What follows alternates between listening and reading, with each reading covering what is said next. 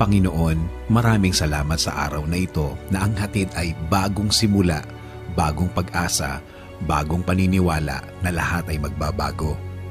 Salamat sa laging pag-aalaga, pagprotekta at pagmamahal sa amin, Panginoon. Salamat sa guidance na laging andyan para gabayan kami at ng aming mga desisyon.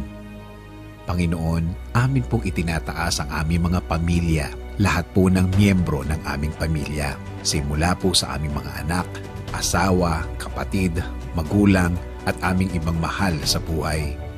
Kayo po ang aming inaasahan para po sila ay alagaan at bantayan. Panginoon, huwag niyo po silang hayaang magkasakit. Huwag niyo po silang hayaang masaktan, Panginoon. Kayo na po ang lagi, Panginoon, ang bahala sa kanila. Kayo na po ang laging bahalang magprotekta sa kanila.